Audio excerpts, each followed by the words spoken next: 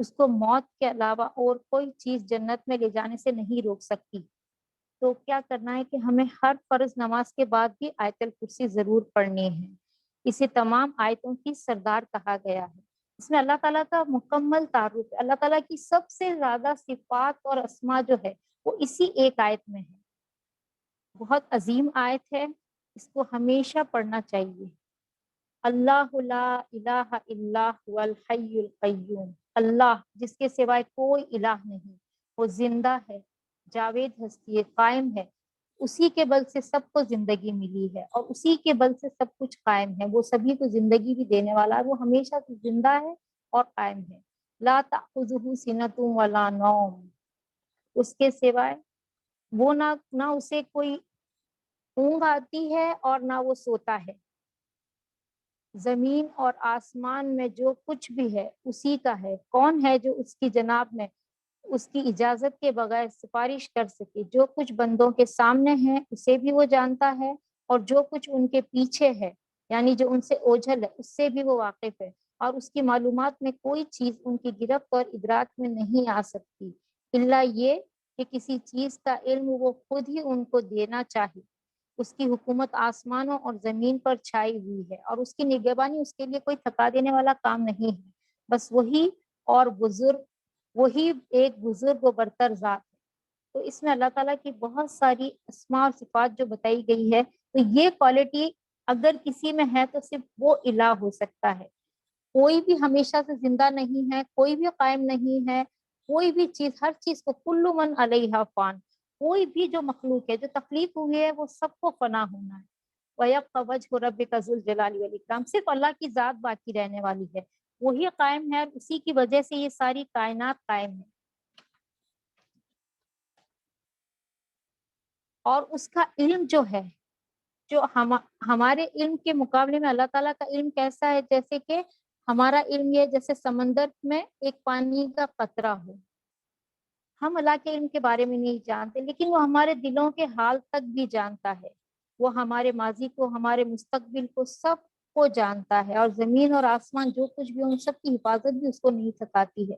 اللہ تعالیٰ کی ذات بلند بھی ہے اور عظیم بھی ہے۔ لا اکراہ فی الدین، دین کے معاملے میں کوئی زور زبردستی نہیں ہے۔ صحیح بات غلط خیالات سے الگ چھانٹ کر رکھ دی گئی ہے۔ اب جو کوئی طاغوت کا انکار کر کے اللہ پر ایمان لے آیا، اس نے ایک مضبوط سہارا تھام لیا جو کبھی ٹوٹنے والا نہیں، اور اللہ جس کا سہارا اس نے لے لیا وہ سب کچھ سنے اور سب کچھ جاننے والا ہے۔ تو یہاں پہ یہ بتا دیا گیا کہ دین میں کوئی زور زبردستی نہیں ہے۔ ہدایت اور رشد جو ہے وہ گمراہی سے بالکل الگ، بالکل واضح کر دی گئی ہے، اور طاغوت جو ہے وہ اللہ کے سوا جس کی بھی پرستش کی جائے، جس کو بھی بڑا مانا جائے، جس کی بھی عبادت کی جائے، چاہے وہ کوئی بھی ہو، شیطان ہو، چاہے خود کا نفس ہو، اللہ کے سوا جو کچھ بھی ہو، وہ سب طاغوت ہے۔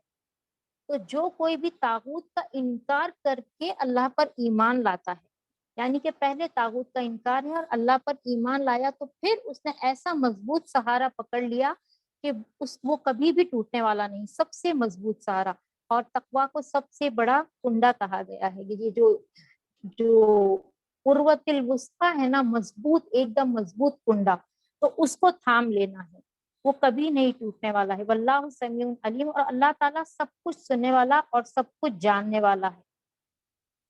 اللہ ولی الذین آمنوا، جو لوگ ایمان لاتے ہیں ان کا حامی و مددگار اللہ ہے، وہ ان کو اندھیروں سے روشنی میں نکال لاتا ہے، اور جو لوگ کفر کی راہ اختیار کرتے ہیں ان کا مددگار طاغوت، حامی و مددگار طاغوت ہے، اور وہ انہیں روشنی سے تاریکیوں کی طرف کھینچ لے جاتے ہیں۔ یہ آگ میں جانے والے لوگ ہیں جہاں یہ ہمیشہ رہیں گے۔ تو جو لوگ اس مضبوط سہارے کو تھام لیے، جو لوگ ایمان لے آئے، تو ان کا دوست، مددگار، حامی کون ہو جاتا ہے؟ اللہ تعالیٰ، اور وہ ان لوگوں کو اندھیروں سے روشنی کی طرف لے جاتا ہے۔ اندھیرے بہت طرح کے، شرک کے اندھیرے ہیں، بہت سے اندھیرے ہیں، اندھیرا ایک نہیں، جو ظلم ہے، یہ سارے جو اندھیرے ہیں، گمراہی ہے، یہ سب چیزوں سے اللہ تعالیٰ نکالتا ہے اور نور ایک ہی ہے، نور ہدایت، اس کی طرف اللہ تعالیٰ ان اپنے دوستوں کو، اپنے ولی کو، جو لوگ ایمان لائے ہیں ان کو لے جاتا ہے۔ اور جو لوگ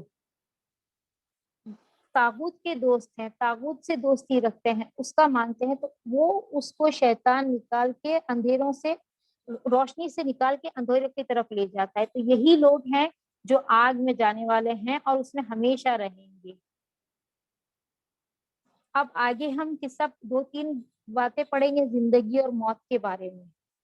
یہ ابراہیم علیہ السلام کا واقعہ آ رہا ہے کہ جو بادشاہ تھا نمرود، اس نے ابراہیم علیہ السلام کو اپنے دربار میں بلایا۔ لوگوں نے بہت شکایت کی تھی کہ یہ اس قسم کی ایک باتیں کر رہے ہیں، تو نمرود کے دربار میں ابراہیم علیہ السلام گئے اور وہاں پہ ان کی جو اس سے حجت بازی ہوئی اس کا ذکر ہے۔ کیا تم نے اس شخص کے حال پر غور نہیں کیا جس نے ابراہیم سے جھگڑا کیا تھا؟ جھگڑا اس بات پر کہ ابراہیم کا رب کون ہے، اور اس بنا پر کہ اس شخص کو اللہ نے حکومت دے رکھی تھی۔ اور جب ابراہیم نے کہا کہ میرا رب وہ ہے جس کے اختیار میں زندگی اور موت ہے، تو اس نے جواب دیا زندگی اور موت میرے اختیار میں ہے۔ یہ جو بادشاہ تھا نمرود، اس کی جب حجت ہو رہی تھی تو ابراہیم علیہ السلام نے کہا کہ اس نے پوچھا کہ تمہارا رب کون ہے، رب کے بارے میں ہی بات ہو رہی تھی، تو کہا میرا رب ہے جو زندگی اور موت دیتا ہے۔ تو نمرود نے کہا میں بھی زندگی اور موت دے سکتا ہوں۔ اس نے قید خانے میں سے 2 قیدیوں کو بلایا اور ایک کو تو قتل کروا دیا اور دوسرے کو کہا کہ دیکھو میں نے اس کو موت دی اور اس کو زندگی دے دی۔ تو ابراہیم علیہ السلام نے کہا، اس سے بحث بازی میں نہیں پڑے کیونکہ وہ کوئی زندگی اور موت والا معاملہ نہیں تھا۔ ابراہیم علیہ السلام نے کہا کہ اچھا ٹھیک ہے، تو اللہ تو سورج کو مشرق سے نکالتا ہے، تو ذرا اسے مغرب سے نکال لا۔ یہ سن کر وہ جو منکر حق تھا وہ ششدر رہ گیا، وہ مبہوت رہ گیا، مگر اللہ ظالموں کو راہ راست نہیں دکھایا کرتا ہے۔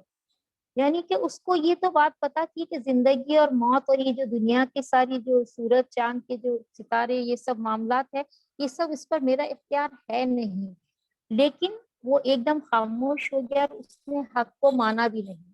اب ایک دوسری مثال دی جا رہی ہے اس شخص کی کہ وہ بھی جاننا چاہتا تھا، وہ حق کی تلاش میں وہ بھی تھا۔ کہا جاتا ہے کہ یہ عزیر علیہ السلام تھے۔ عزیر جو ایک بستی سے گزر رہے تھے، یہود میں بہت زیادہ بگاڑ ہو گیا تھا، تو انہوں نے وہ دین کے کام کے لیے نکلے اور ہر جگہ جاتے تھے۔ اب ان کا واقعہ ہم پڑھیں گے۔ او کالذی مر علی قریہ، یا پھر مثال کے طور پر اس شخص کو دیکھو جس کا گزر ایک ایسی بستی پر ہوا جو اپنی چھتوں پر اوندھی گری پڑی تھی۔ اس نے کہا کہ یہ آبادی جو ہلاک ہو چکی ہے، اسے اللہ کس طرح دوبارہ زندگی بخشے گا؟ اس پر اللہ نے اس کی روح قبض کر لی، اس کو موت دے دی۔ وہ 100 برس تک مردہ پڑا رہا۔ پھر اللہ نے اسے دوبارہ زندگی بخشی اور اس سے پوچھا بتاؤ کتنی مدت پڑے رہے ہو؟ اس نے کہا 1 دن یا چند گھنٹے رہا ہوں گا۔ فرمایا تم پر 100 برس اسی حالت میں گزر چکے ہیں۔ اب ذرا اپنے کھانے اور پانی کو دیکھو کہ اس میں ذرا تغیر نہیں آیا ہے، اور دوسری طرف ذرا اپنے گدھے کو بھی دیکھو، اس کا تو پنجر تک بوسیدہ ہو چکا ہے، یعنی پورا ڈھانچہ بھی اس کا ختم ہو چکا ہے، گل سڑ چکا ہے، پورا سوکھ چکا ہے۔ اور یہ ہم نے اس لیے کیا کہ ہم تمہیں لوگوں کے لیے ایک نشانی بنا دینا چاہتے ہیں۔ پھر دیکھو کہ ہڈیوں کے اس پنجر کو ہم کس طرح اٹھا کر گوشت اس پر چڑھاتے ہیں۔ اس طرح جب حقیقت اس کے سامنے بالکل نمایاں ہو گئی تو اس نے کہا میں جانتا ہوں کہ اللہ ہر چیز پر قدرت رکھتا ہے۔ تو یہ شخص جو تھا یہ حق کی تلاش میں تھا۔ اس نے کیا کہا کہ میں جان چکا ہوں کہ اللہ ہر چیز پر قدرت رکھتا ہے۔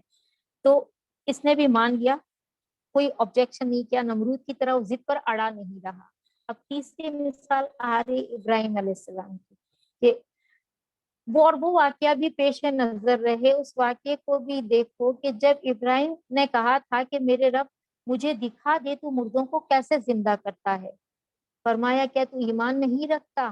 اس نے عرض کیا ایمان تو رکھتا ہوں مگر دل کا اطمینان چاہیے، دل کا اطمینان درکار ہے۔ فرمایا اچھا تو 4 پرندے لے اور ان کو اپنے سے مانوس کر لے، پھر ان کا ایک ایک جز ایک پہاڑ پر رکھ دے، پھر ان کو پکار، وہ تیرے پاس دوڑے چلے آئیں گے۔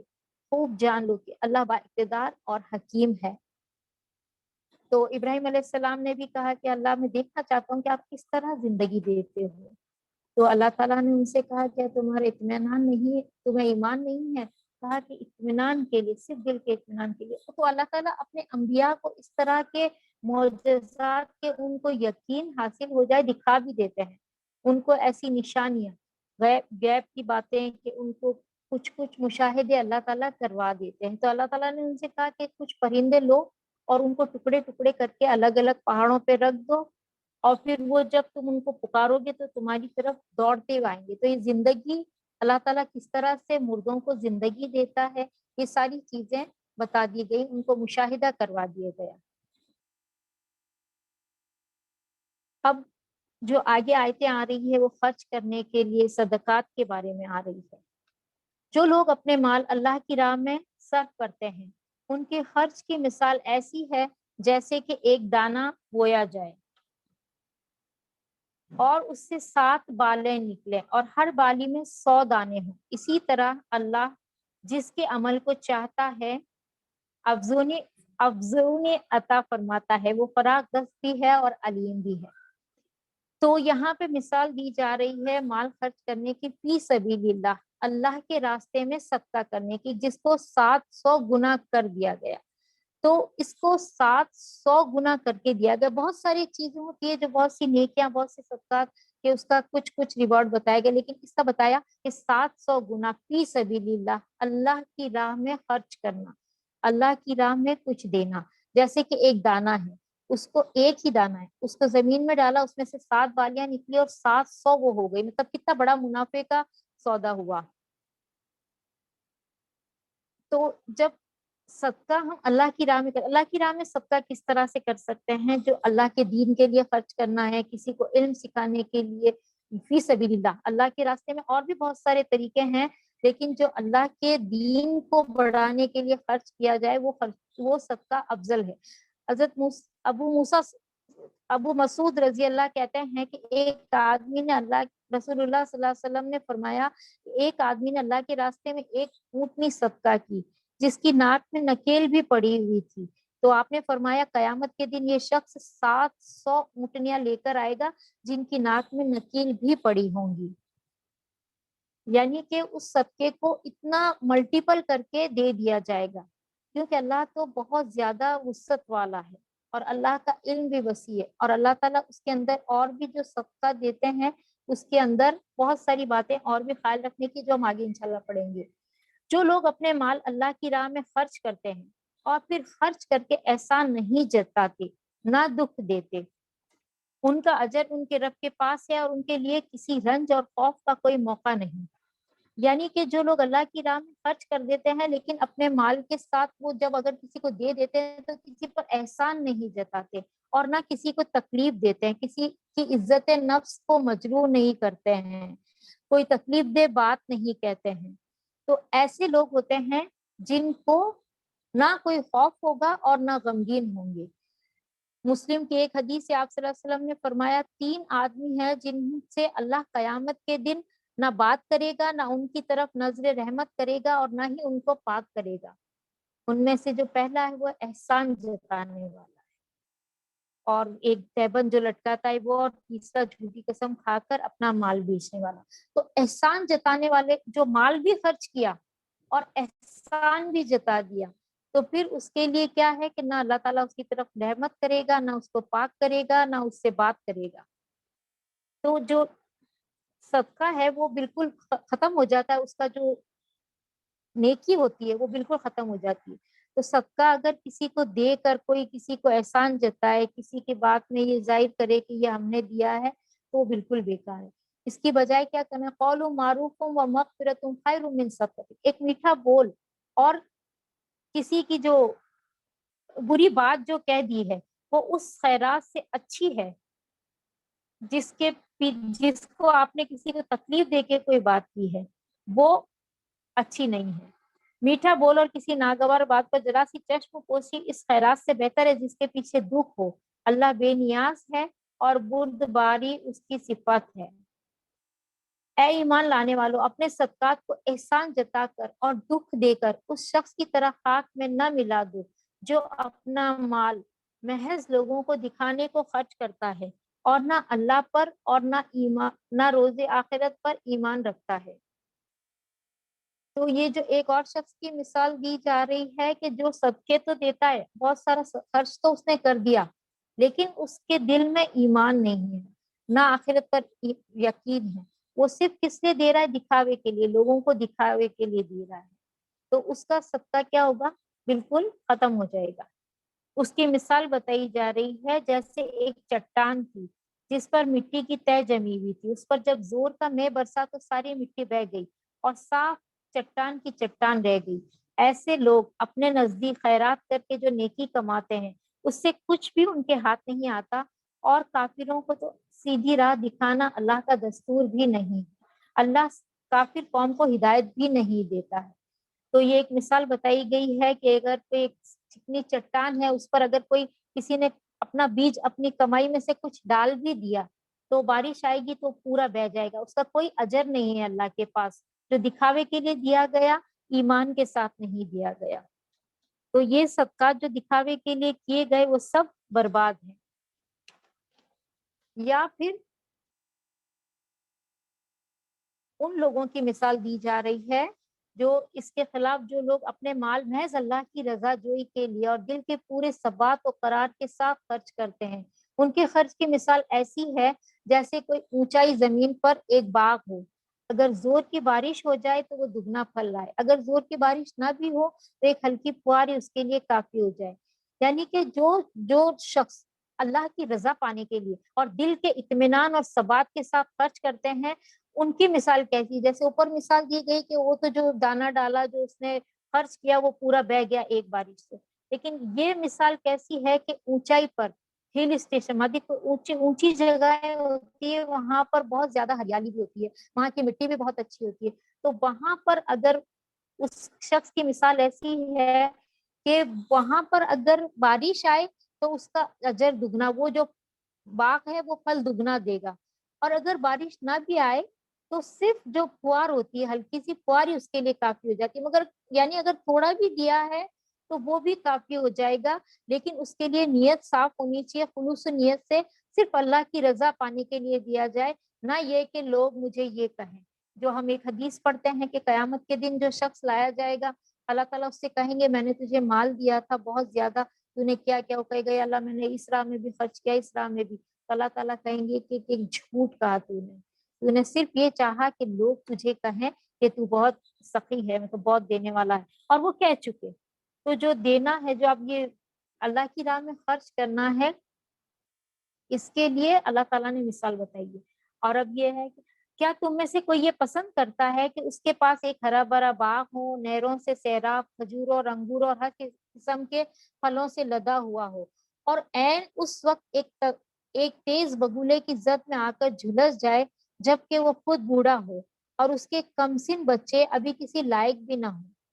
تو یہاں پر جو مثال بتائی جا رہی ہے کہ ایک شخص ہے جو بہت زیادہ محنت کر رہا ہے، بہت محنت سے اس نے باغ لگایا ہے، بہت سارا اس نے کام کیا ہے، اپنی وہ بیج بھی لگائے ہیں بہت خرچہ کر کے، اور اب وہ بوڑھا بھی ہو گیا، اب وہ کوئی کام بھی نہیں کر سکتا، اور اس کے بچے بھی چھوٹے ہیں، کچھ نہیں کر سکتے ہیں، اور ایک تیز آندھی آئے اس کو سب کو اڑا لے جائے۔ یہ اس شخص کی مثال ہے جو زندگی بھر کچھ نہ کچھ کرتا ہے لیکن لوگوں کے دکھائے کے لیے، لوگوں کو بتانے کے لیے، اب اس کی جو اعمال ہے، اس کی جو نیکیاں ہیں، وہ ایک دن کیا ہوگی؟ بالکل ضائع ہو جائے گی، جب آخرت میں جا کے اس کو سب سے زیادہ ضرورت ہوگی، اب اس کے پاس عمل کا کوئی موقع بھی نہیں رہا، اور اب وہ جو کمائی اس نے جمع کی تھی وہ ساری خاک کا ڈھیر ہو گئی، وہ باغ جل کے راکھ ہو گیا، اور اس کے اولاد بھی اس قابل نہیں ہے کہ اب اس کے لیے کچھ کر سکے، یعنی کوئی اس کو کچھ بھی نہیں بھیج سکتا ہے کہ کوئی بخشوا دے، کوئی نیکیاں بھیج دے، کچھ بھی نہیں، عمل کٹ۔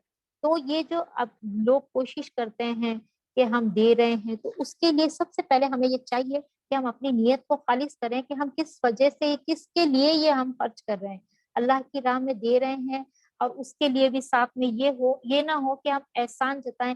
ابھی رمضان کا مہینہ ہے، بہت بار ایسا ہوتا ہے کہ لوگ آتے ہیں مانگنے کے لیے، کبھی کوئی سو رہا ہوتا ہے، کوئی روزے کی حالت میں ہے، کوئی، تو اس وقت کیا ہوتا ہے کہ یا تو انسان غصے میں ہوتا ہے تو جھڑک دیتا ہے، ازا یہی ہے تکلیف دہ بات، اور من یا پھر احسان جتانا، کہ ہم نے اتنی مدد کی، اب تم ہمارا آ کے یہ کام کروا دو، یہ کر دو، اور وہ انسان آگے نکل جائے.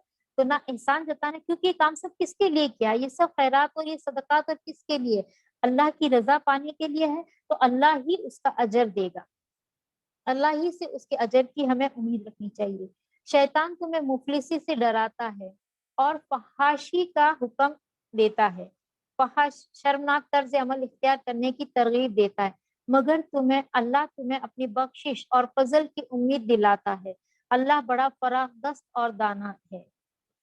یؤتی الحکمت من یشاء، جس کو اللہ تعالیٰ چاہتا ہے حکمت عطا کرتا ہے، اور جس کو حکمت ملی اسے حقیقت میں بڑی دولت مل گئی.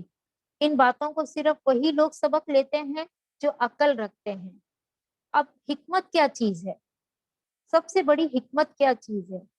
جس کے پاس حکمت ہے، صحیح بصیرت، صحیح وقت پر صحیح فیصلہ، عقل اور سمجھ، دین کا علم رکھنا، درست بات تک جا پہنچنا.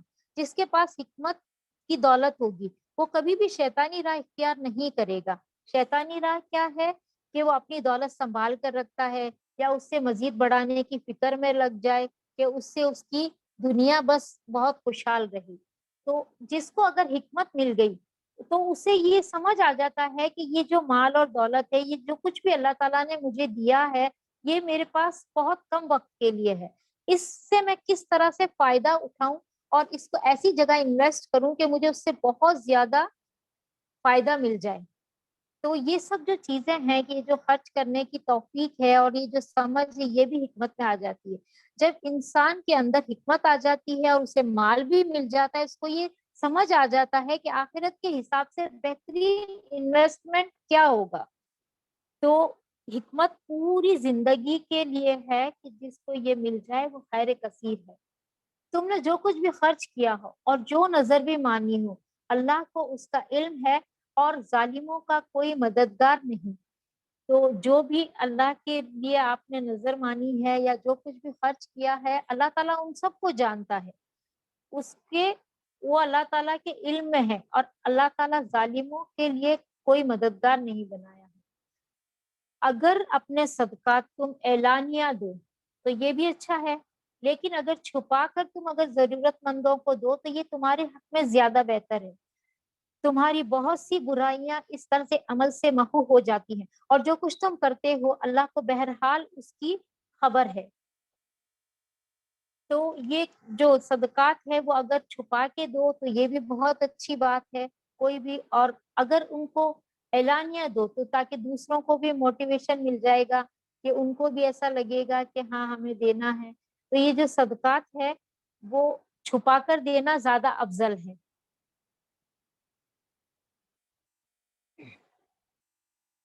اس کا فائدہ کیا ہے کہ اللہ تعالیٰ برائیاں اپنے انسان سے دور کر دیتا ہے، اس کے جو برے عمل ہے اس کو ہٹا دیا جاتا ہے. تو اپنی جو صدقات ہے اس کو یہ سوچیں کہ ہم دنیا کا کام کرتے ہوئے یہ سوچیں کہ ہمیں آخرت کے بدلے میں اس کا اجر لینا ہے. اگر اللہ کا حکم ہے اس کو چھپا کے دینا ہے تو ہمیں اس طرح سے اس کو خرچ کرنا ہے. لوگوں کو ہدایت بخش دینے کی ذمہ داری تم پر نہیں ہے. ہدایت تو اللہ ہی جسے چاہتا ہے بخشتا ہے. اور خیرات میں سے جو مال تم خرچ کرتے ہو وہ تمہارے اپنے لیے بھلا ہے. آخر تم اسی لیے تو خرچ کرتے ہو کہ اللہ کی رضا حاصل ہو. تو جو کچھ مال تم خیرات کرو گے اس کا پورا پورا اجر تمہیں دیا جائے گا، اور تمہاری حق تلفی ہرگز بھی نہ ہوگی. تو جو مال ہم اللہ کی راہ میں خرچ کرتے ہیں وہ ہدایت کی اللہ تعالیٰ نے یہاں پہ بات کی ہے کہ ہدایت بخشنے کی ذمہ داری تم پر نہیں ہے. نبی سے کہا جا رہا ہے ہدایت تو اللہ ہی دے گا، ہدایت دینے کی ذمہ داری صرف اللہ کی ہے. جو مال تم خرچ کرو گے وہ اپنے بھلے کے لیے ہے. جو صدقے کی بات ہے، ترمذی کی ایک حدیث ہے، انس بن مالک نے بنایا، جو صدقہ دینے کی جو بات ہے یہ اللہ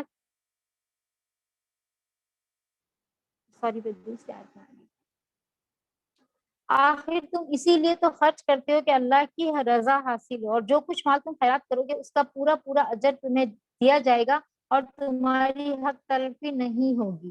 خاص طور پر مدد کے مستحق وہ تنگ دست لوگ ہیں جو اللہ کے کام میں ایسے گر گئے ہیں کہ اپنی ذاتی کسب معاش کے لیے زمین میں کوئی دوڑ دھوپ نہیں کر سکتے۔ ان کی خودداری دیکھ کر ناواقف آدمی گمان کرتا ہے کہ یہ خوشحال ہے۔ تم ان کے چہروں سے ان کے اندرونی حالت پہچان سکتے ہو، مگر وہ ایسے لوگ نہیں ہیں کہ لوگوں کے پیچھے پڑ کر کچھ مانگے۔ ان کی آنت میں جو کچھ مال تم خرچ کرو گے وہ اللہ سے پوشیدہ نہیں رہے گا۔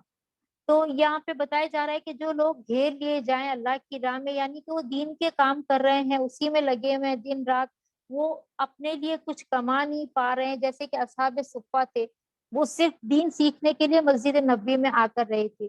اور یہ جو اور بھی بہت جو لوگ دین کا کام کرتے ہیں وہ اپنی دنیا میں اس طرح سے محنت نہیں کر سکتے ہیں۔ کچھ لوگوں کو اللہ نے چنا ہوتا ہے وہ صرف دین کے لیے۔ صحابہ میں بھی ایسے تھے، کچھ لوگ جو دنیا بھی کام کرتے تھے، بزنس بھی کرتے تھے، اور کچھ لوگ ایسے تھے جو صرف دین کا کام کرتے تھے۔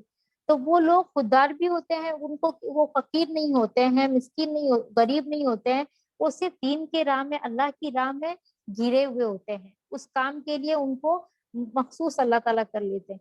تو جو لوگ ہوتے ہیں وہ ان کو سمجھتے ہیں، جاہل لوگ جو جانتے نہیں ہیں وہ سمجھتے ہیں کہ یہ بہت غنی ہے ان کی خودداری کی وجہ سے، لیکن ان کے چہروں سے پتہ چل جاتا ہے کہ یہ ضرورت مند لوگ ہیں، یہ لوگوں سے لپٹ لپٹ کے نہیں مانگتے، کوئی سوال نہیں کرتے ہیں۔ تو ان کے لیے خرچ کرنے کے لیے بتایا گیا ہے کہ ایک حدیث ہے، آپ صلی اللہ علیہ وسلم نے فرمایا، انس بن مالک کی ترمذی کی حدیث ہے خفیہ صدقہ کرنے کے بارے میں، کہ جب اللہ نے زمین کو بنایا تو وہ ہچکولے کھاتی تھی، پھر اللہ نے پہاڑ بنائے اور کہا کہ اسے تھامے رہو، چنانچہ وہ ٹھہر گئی۔ جب فرشتوں نے پہاڑوں کی مضبوطی دیکھی تو انہیں تعجب ہوا اور کہنے لگے کہ پروردگار، تیری مخلوق میں سے کوئی پہاڑوں سے بھی سخت ہے؟ فرمایا ہاں، لوہا۔ تو فرشتوں نے پوچھا کہ اچھا، تو کیا پروردگار لوہے سے بھی کوئی سخت چیز ہے؟ فرمایا کہ ہاں، آگ ہے۔ فرشتوں نے پوچھا کیا آگ سے بھی کوئی سخت چیز ہے، کوئی مضبوط چیز ہے؟ کہا کہ ہاں، پانی، اور پانی کے بعد ہوا۔ پھر کہا کہ کیا ہوا سے بھی زیادہ کوئی طاقتور ہے؟ کہا ہاں، وہ آدمی جو اس طرح صدقہ دے کہ دائیں ہاتھ سے دے تو بائیں ہاتھ کو خبر نہ ہو۔ اور بخاری کی ایک اور حدیث ہے کہ ابو ہریرہ اس کے راوی ہے کہ رسول اللہ نے فرمایا کہ اللہ تعالیٰ 7 قسم کے لوگوں کو اپنے عرش کے سائے تلے جگہ دے گا، جس دن اس کے سائے کے علاوہ اور کہیں بھی سایہ نہ ہوگا۔ اس میں سے ایک وہ ہے جس نے اللہ کی راہ میں یوں چھپا کر صدقہ دیا کہ جس کے دائیں ہاتھ کو دیا تو اس کے بائیں ہاتھ کو خبر نہ ہوئی۔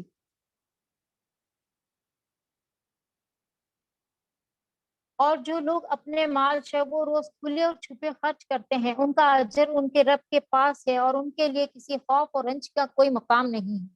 تو خرچ کرنے کے اللہ تعالیٰ نے بہت جگہ پر بہت بار کہا ہے کہ خرچ کرو، کیونکہ جو انسان کا مال ہوتا ہے وہ اس کو بہت پیارا ہوتا ہے، اور اس کو خرچ کرنے میں تھوڑا سا وہ اس کا ہوتا ہے، تو کہا کہ خوشی سے خرچ کرو اللہ کی راہ میں، کیونکہ اس میں تمہارا کوئی نقصان نہیں ہے، تمہارا اس میں فائدہ ہی فائدہ ہے۔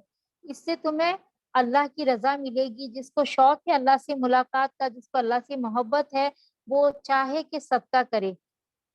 بے شک اللہ صرف وہ عمل قبول کرتا ہے جو خالص اللہ کے لیے ہو، اسی کے لیے کیا گیا اور اسی کا چہرہ مقصود ہو پانا۔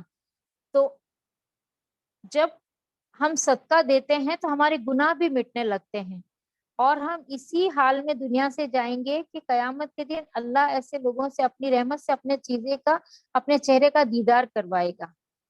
تو اللہ تعالیٰ نے ہمیں خوبصورت اعمال بتا دیے کہ کیا کرنا ہے۔ اب آگے جو آیت آ رہی ہے وہ ہے ربا کے بارے میں، سود کے بارے میں۔ صدقہ ہے جو انسان جب دیتا ہے تو اس کو اللہ تعالیٰ بڑا چڑھا کر واپس لوٹاتے ہیں، مگر جو لوگ سود کھاتے ہیں اس کے بارے میں بتایا گیا ان کا حال اس شخص کا ہوتا ہے جسے شیطان نے چھو کر باولا کر دیا ہے، اور اس حالت میں ان کے مبتلا ہونے کی وجہ یہ ہے کہ وہ کہتے ہیں کہ تجارت بھی تو آخر سود ہی ہے، حالانکہ اللہ نے تجارت کو حلال کیا ہے اور سود کو حرام کیا ہے۔ لہٰذا جس شخص کو اپنے رب کی طرف سے یہ نصیحت پہنچے اور آئندہ کے لیے وہ سود خوری سے باز آ جائے تو جو کچھ وہ پہلے کھا چکا سو وہ کھا چکا، اس کا معاملہ اللہ کے حوالے ہے، اور جو اس حکم کے بعد پھر اسی حرکت کا اعادہ کرے وہ جہنمی ہے جہاں وہ ہمیشہ ہمیشہ رہے گا۔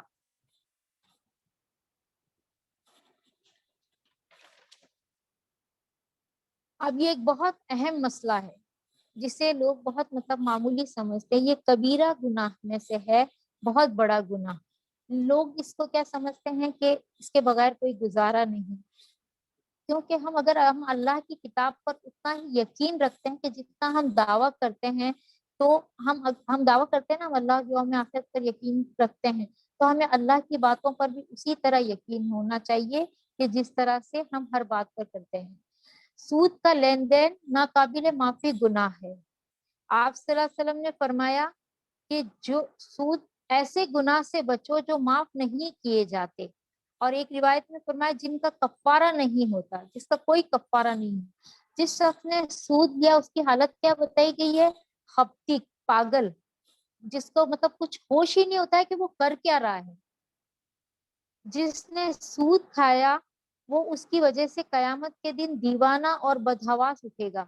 رسول اللہ صلی اللہ علیہ وسلم نے فرمایا سود کھانے والے، اس کے کھلانے والے، اس کی گواہی دینے والے اور اس کا معاملہ نکلنے والے سب پر اللہ تعالیٰ نے لعنت فرمائی ہے۔ سود میں ملوث جو شخص ہے، آپ صلی اللہ علیہ وسلم نے فرمایا سود کے 72 دروازے ہیں۔ سب سے کم درجے کا گناہ آدمی کا اپنی ماں سے زنا کرنے کے برابر ہے۔ تو بہت سے لوگ سود کا مال حرام ہی سمجھتے ہیں، اسے خود کے لیے استعمال کرنا بھی حرام سمجھتے ہیں، لیکن پھر یہ کہتے ہیں کیا ہم یہ مال غریبوں کو دے دیں، کیا ہم اس کو نیکی کے کام پہ لگا دیں، ہم اس کا کیا مصرف کریں، یعنی کہ اگر ہم تو نہیں لے رہے، ہماری کام والی کو ضرورت ہے، ہم اس کو تو دے دیں۔ اس کا لینا دینا، اس کا حساب کتاب، سب کچھ جو بھی کرے گا اس کے معاملات کو، اس کی گواہی دینا، اس کا لکھنا، ان سب پر کیا ہے؟ اللہ کی لعنت ہے۔ اور جو پہلے کا تھا وہ سب معاف کیا، بعد میں یہ بھی کہ اللہ اس سے جنگ کا اعلان ہے رسول سے، تو وہ جو لوگ یہ نہیں مانیں گے تو وہ لوگ آگ میں جائیں گے، جہنم میں، اور ہمیشہ کے لیے اسی میں رہیں گے۔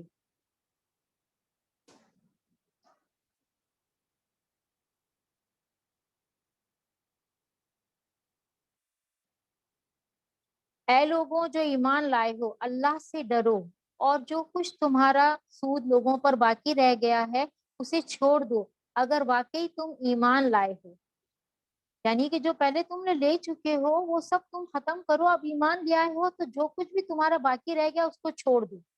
لیکن اگر تم نے ایسا نہ کیا تو آگاہ ہو جاؤ کہ اللہ اور اس کے رسول کی طرف سے تمہارے خلاف اعلان جنگ ہے، اب بھی توبہ کر لو اور سود چھوڑ دو، تو اپنا اصل سرمایہ لینے کے تم حقدار ہو، جو تم نے اصل میں دیا ہے وہ تم لے سکتے ہو، نہ تم ظلم کرو نہ تم پر ظلم کیا جائے۔